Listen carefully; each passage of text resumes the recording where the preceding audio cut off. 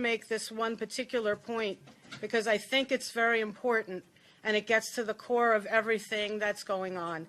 This is not a civil war in Syria. That's probably the first thing we heard, and we heard it over and over again. It is not President Assad against his own people.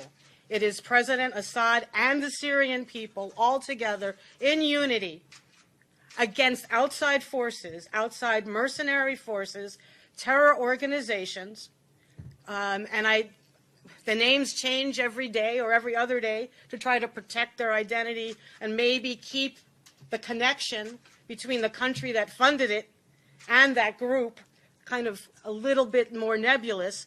But there are groups, mercenary forces supported by Qatar, Saudi Arabia, Turkey, the United States, and underneath it, Israel, the state of Israel.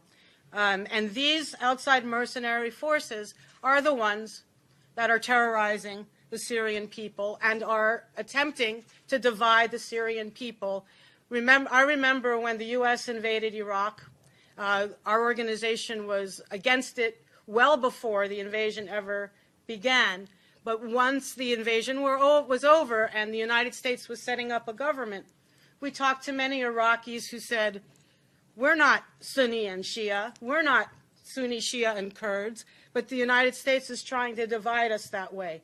And we got exactly the same message when we were in Syria. We are Syrians. As Henry said before, whether you're Christian, Muslim, or other, you're Syrian. And that's one of the things that's enabled the Assad government to withstand 5+ years of this kind of outside attack. When it was time for the U.S. to unseat Saddam Hussein, after years of sanctions and 2 wars, he fell like that. When it was time, the United States decided time for Gaddafi to go, he fell like that. But when it was time, the United States decided it was time for Assad to go, he did not fall. And why? Because he has the support of 23 million Syrian people, and it was more before all these refugees were created and refugees were sent around the world. The whole idea of regime change, the policy of regime change, if you will, it's illegal under international law. The United States has no right to do that.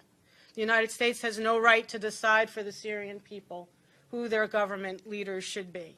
And so during my time there in Syria, I felt that over and over again. Who are we? Why are we presuming to know what's best for the Syrian people? And the other part of this that I think people in the United States need to know is that the Assad government provides free health care, free universal health care to everyone.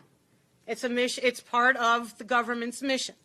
Free education for everyone, from primary school all the way through, even to university and medical school. And we met with one person, when we met with this one particular person from the nonviolent opposition, we asked him, well, tell us, what are some of your grievances with the Assad government? And he said, well, you just heard that it costs about $50 a year for people going to medical school. We think that's too high. He was being somewhat facetious, of course, but these are the kinds of policies that our citizens here in the United States are calling for. Tuition-free college, universal health care. So the Assad regime, the Assad government, is in the business of doing this and providing this to the people. And without a doubt, even the nonviolent opposition parties who had issue with issues of democracy or corruption prior to 2011, everyone has thrown themselves in behind the Assad government because that's the best hope, the best bet for the Syrian people. And